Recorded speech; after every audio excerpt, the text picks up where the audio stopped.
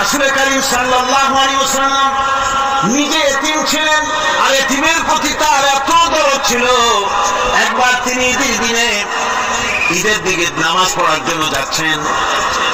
প্রতিমধ্যে দেখেন একটা বাচ্চা ছেলে কাঁদতেছে।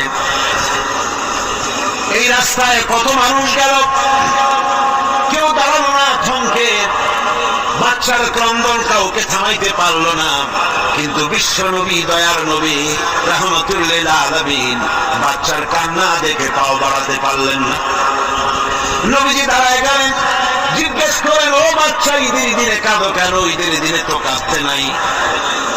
বাচ্চা বলে, তোমার কাছে বলবো না, আমি সেই সকালবেলা থেকে বসে আছি, আমি যদি মক্কার আব্দুল্লাহর পুত্র মুহাম্মদ রাসূলুল্লাহ সাল্লাল্লাহু আলাইহি সাল্লামকে পাই, মনের দুঃখ তার কাছে বলবো। বিশ্ব নবী